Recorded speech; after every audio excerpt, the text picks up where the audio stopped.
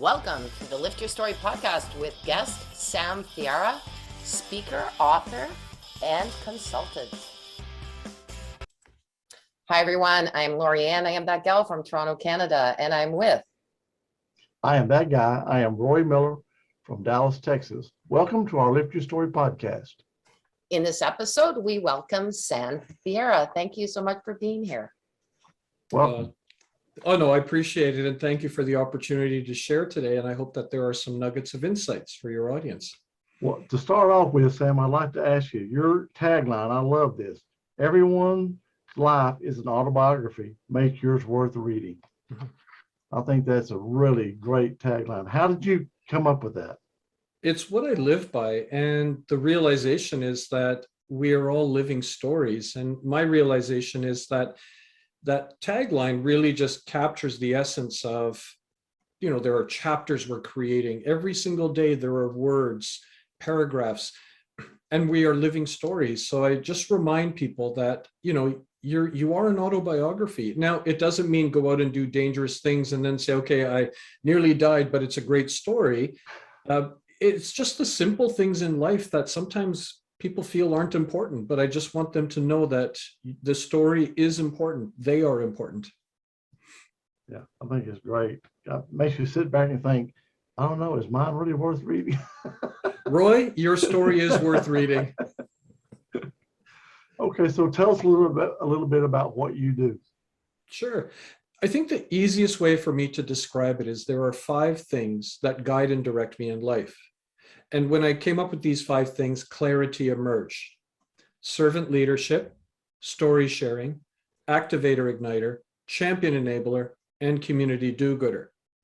Those 5 things have enabled me to help individuals, teams, organizations, educational institutions, and nonprofits to be their pinnacle best. But those 5 things have enabled me to become a speaker, storyteller, author, writer, blogger, entrepreneur, a mentor and a coach, problem solver, and a community activator. So it's a great way for me to capture the essence of who this person is as opposed to what he does. Yeah, okay. That's pretty all-encompassing. I'm curious, community activator. Can you describe what that is? I mean, it's a different term. Not everyone might have heard that. So, and the benefit of this, Lorianne, is, there are times you can make up words and, or that's why, when I said a community do-gooder, according to Microsoft Office, it doesn't exist because a red squiggly line always appears under it. And I'm like, no, I exist, the word exists.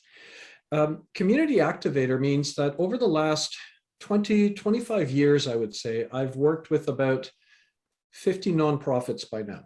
And it's to help them to become entrepreneurial. So it's a community activator because a lot of times these nonprofits are really struggling and, they're doing what they do, but it's a cycle of something that's not too sustainable. So I go in and I look at their organization and I say, okay, let's talk about your organization. And, it could be either on the board, it could be a board of advisor, it could be, coming in as a consultant or even as a volunteer to say, how do we improve your organization? How do we improve the outreach and become more entrepreneurial so you're not relying on grants and donations? Oh, wow. I think every nonprofit could use that because they're all struggling for income. Yep. Exactly. I headed up a not-for-profit one time, and it was very difficult to fundraise because, and strange enough, but because of it wasn't something that was, I guess, heartfelt. It was helping on people to start their business as entrepreneurs. Right. And for some reason, that was very difficult to find people who wanted to donate to that. So I did, but it was a tough go. Yeah. Well, and this is where the mindset, so I was on the board of a nonprofit and, they wanted to do a gala and unless you've got a tremendous ROI, return on investment, I highly encourage nonprofits not to do a gala. You expend a lot of energy, effort, and fuel to get the people there, but your margin is very small.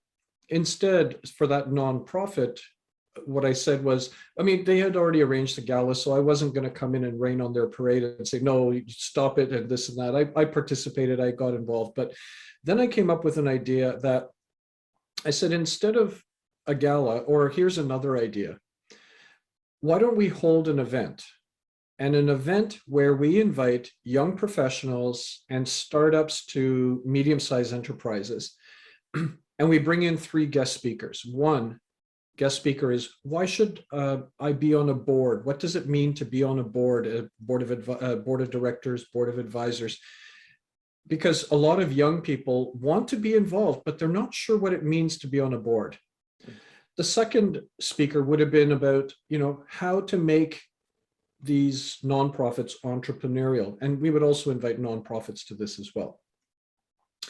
And the third speaker would be how not to do, like volunteerism or, just relying on grants and all that. So other options and opportunities. And then we have a panel of CEOs who have embraced philanthropy. And then how you got involved, or why does your organization participate? And then you charge the participants and organizations to come to this event. So there's revenue generation. And at the same time, now, because we've invited nonprofits, you're actually doing a bit of speed dating, so that maybe you've got people sitting there going like, I want to join a board, and a nonprofit says, actually, we need a board member. And something like that, where, now we're doing something beyond just a gala. So that's just an example. Yeah, much more informative. Yeah. Do you have your favorite success story? Actually, I started my own nonprofit, and it was, so I co-founded it with another person. The benefit here is we didn't have to necessarily do fundraising, because the other co-founder has his business sense and business idea, but equally at the same time, the person wanted me to run the nonprofit, which was Gratis One. So Gratis is Latin for step. So step 1, helping young people maneuver and realize their journey. And he funded it through his business, but then this was the social venture side, but we knew we couldn't expand nationwide. And then because of the work that we had created, a nonprofit that was nationwide had decided to say, the work you're doing, phenomenal work. You've made some huge strides and huge differences. And they embraced us. And now we've merged with that nonprofit nationwide. And that was a huge success, because it meant that we could even help more young people maneuver life. Yeah. Well, nonprofits, I know a lot of people go into a nonprofit because, quote, it's nonprofit. Right? Yeah. So what would your advice be to someone that is wanting to start a nonprofit? It's there's this model that I think whether you're in business or whether you're wanting to do a nonprofit is called business model canvas. If you have an idea and you're not sure if it's going to fly or not, business model canvas is a really great tool, because what they do is they have 9 segments. So they have key partners, key resources, key activities, value proposition. I'm just sort of working my way through it. Customer relations, channels, customer segmentation, costs, and revenues.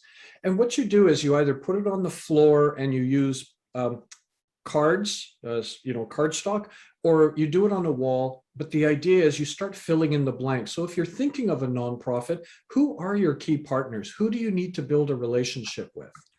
Value proposition is, what makes your organization unique and distinct? Why would I want to either join this organization or be a part of it? Customer segmentation. Well, who are your clients? Who are you trying to serve and help? Key resources. What assets are you going to need? Key activities. What is it that your nonprofit is going to do? Channels. How are you going to reach out to people? Customer relationships. How are you going to build those solid, firm relationships so that people know who you are? Costs. Where's your money leaving? Revenue. How are you bringing in the funding, either through grants or donations? And that's maybe one method. Don't ignore that. But then what's your other bigger revenue that you can do that's a more sustainable one? But if you use the business model canvas and vision what this is, rather than just starting it and then trying to feel around, you've put the cart before the horse. Okay. How hard is it to get grants for nonprofits? It depends. I mean, it can be a challenge, because think of it this way: how many people are approaching organizations for that same funding? You may think that you have an organization that really captures and helps the needy or the most disadvantaged in society, but guaranteed other people are pursuing the same thing. And that's why it can be a challenge. And the worst part about the grants, and I don't mean in the worst sense of it's a bad thing. The challenge is, if you don't get a grant for that next year, you don't know where the funding is coming from, because you're relying on something that is not a stable foundation. Yeah, it's kind of like investing in the stock market. Yeah, pretty much. So tell us a little bit about your speaking that you Sure. do. Yeah, I mean, it relates to those 5 things that are important, because I find that it's not about notoriety, status, or money. I do my speaking because I've been given a lot to share, and I'm not supposed to hold on to it. I am supposed to share. So I talk about things like personal branding, like how do you build your personal presence? Instead of the what, let's focus on who you are. I talk about leadership because, again, I have a lot of people coming to me saying, I want to be a leader. And it's really trying to identify and discern that leadership is not a place or a position. Leadership is a lifestyle. And here's the kicker. You don't determine if you're a leader. The people around you determine if you're a leader. And I think we dedicate 95% of our time to talk about leadership, but 95% of the whole area is followership. And we don't do service to followership or understand followership. And followership is not what people think on the surface, that it's blindly following. No. Followership is where you are supporting and working with an individual who may be deemed that leader to get them where they go. So I talk about those areas. I talk about storytelling. How do we help people build a story? If it's educational institutions, how do we transition high school students to university? How do we transition university students into the market, into the industry? Because there's a lot of noise. How do we silence the noise and activate that voice within? And the interesting part is I've had obstacles and setbacks. And those obstacles actually make me who I am. And it goes to another quote that I live by. Obstacles are the necessary bricks on a road to success. People may fear the obstacles. I actually embrace them. They are my setbacks, where I get back up, dust myself off, learn, but they have really helped me to become who I am today. So I never feared the obstacles, I embraced them. So there's many topics that I've worked with and businesses as well. It could be on business communications, or it could be on relationship management, personal branding and relationship management, because they go hand in hand. So a wider range of topics, but I will tell you, there are topics I will definitely not talk about. And it's not because it's controversial. It's only because I'm like, I am not an expert in technology. I am not an expert in finance. And the other thing that's really interesting is if you ask me to do a scripted talk, I can't do it. So for me, it's very organic and I get up there. And for example, I had to speak at a conference in Zimbabwe. I built the presentation in the airport and unrehearsed. I got up and delivered it because they wanted 1 hour and I gave them 1 hour unrehearsed. It's the best and most authentic presentation you can give. That's for me though. I know some people need the structure and whatnot.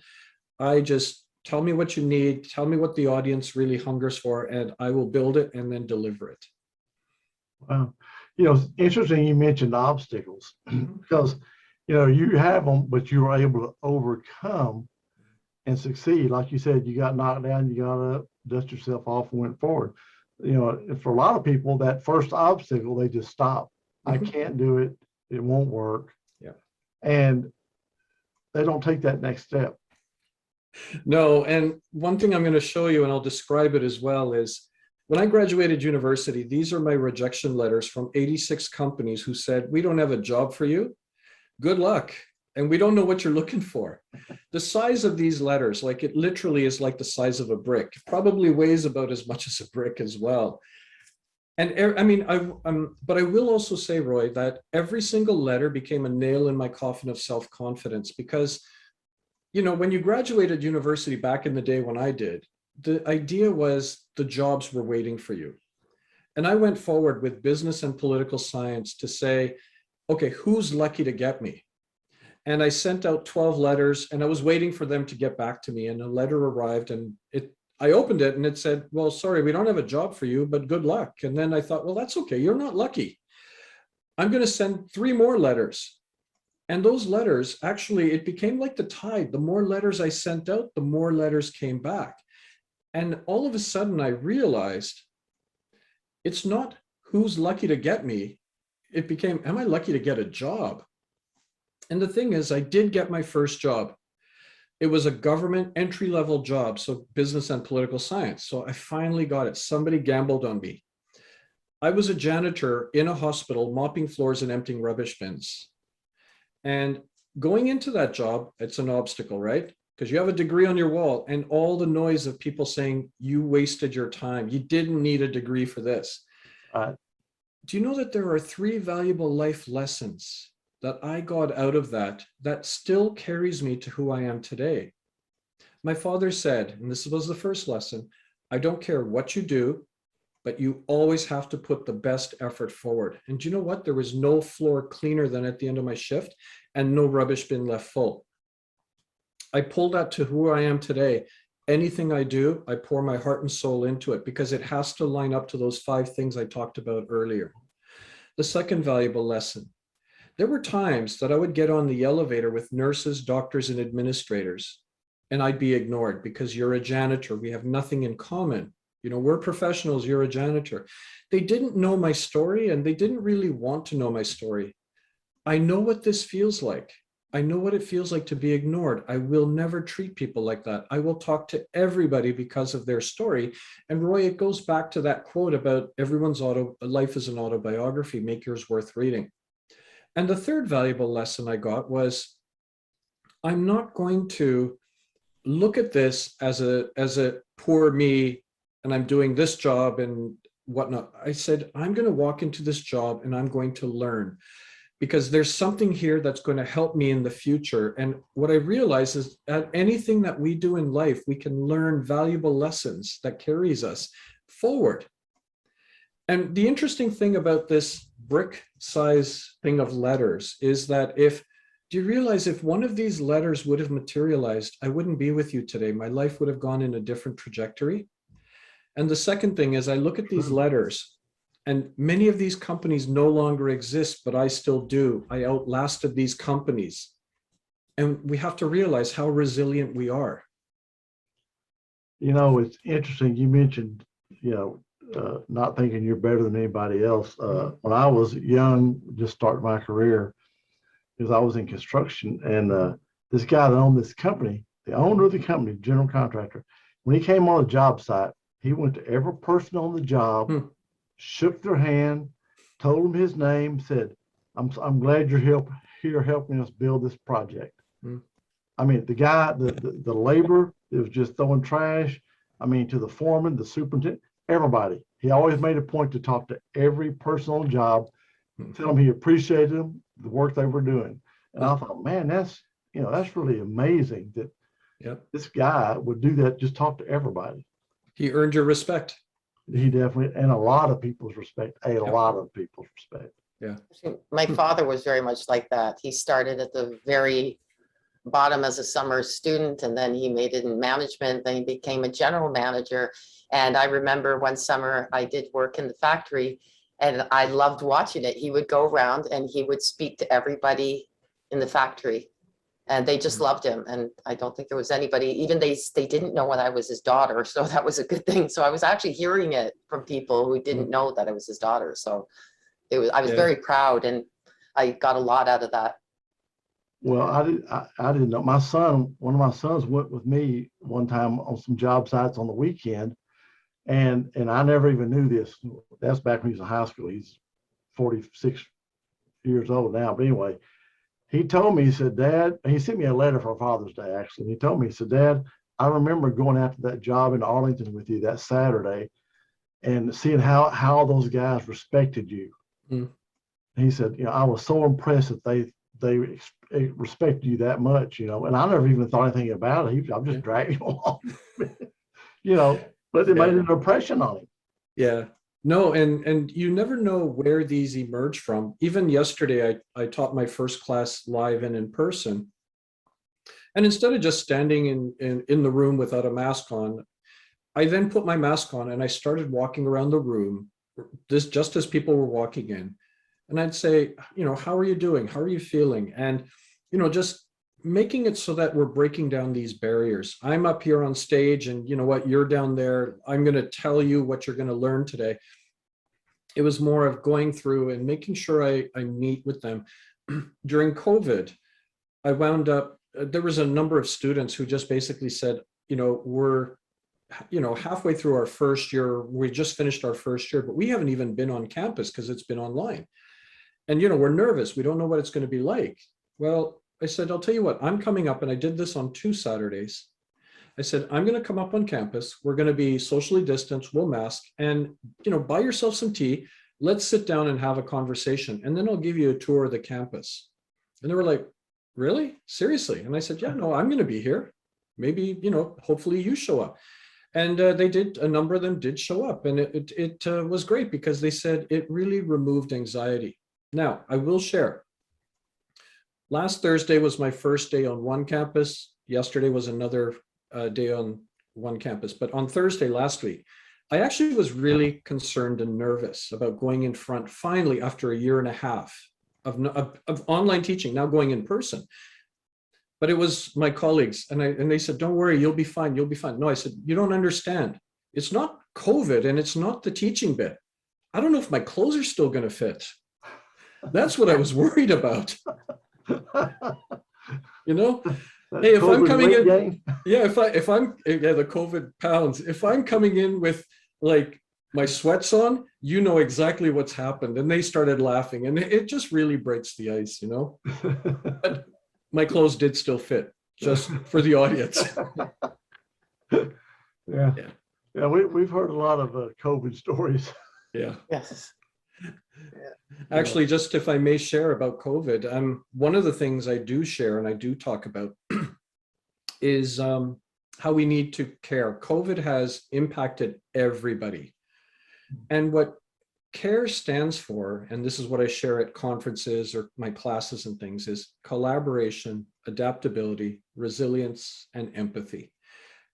Collaboration, we all have something to offer each other, and we need to collaborate and work together. Adaptability is, when on a moment's notice, I was told, now we're going to online education. I didn't sit there going, deer in the headlights thing. I said, okay, how am I going to make this into an engaging class, and became adaptable.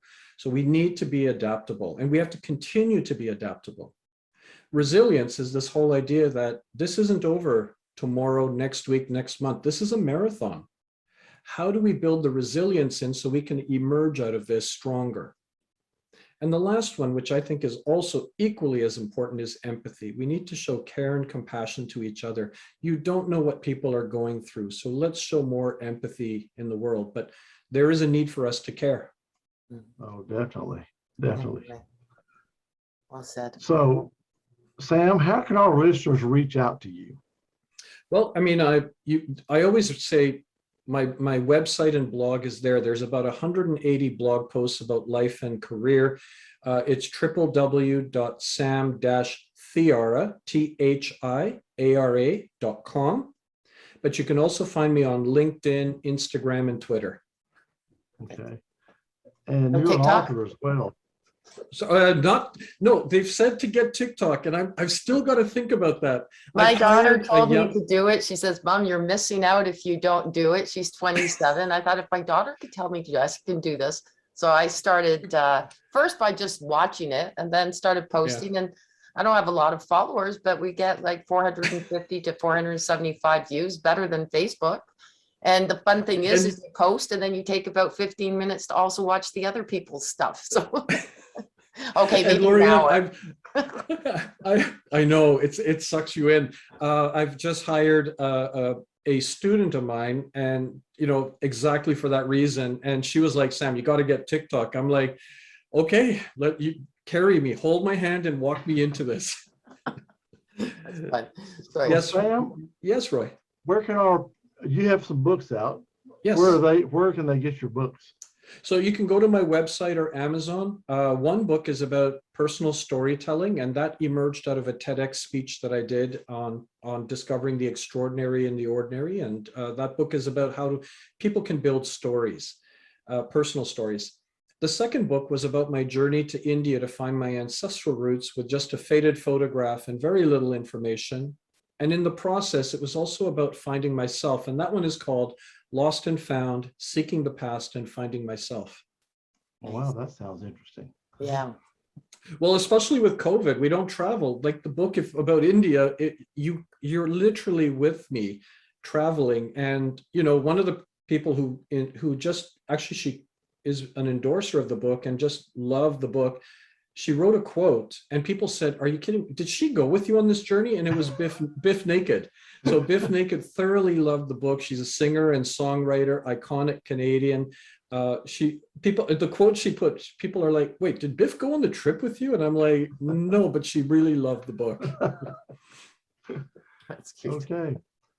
Well, Sam, it's really been a pleasure meeting you and really enjoyed this podcast. Absolutely. Thank you, Roy.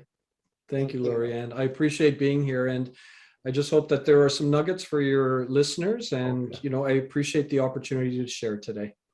Well, thank you for being our guest. Absolutely. Bye.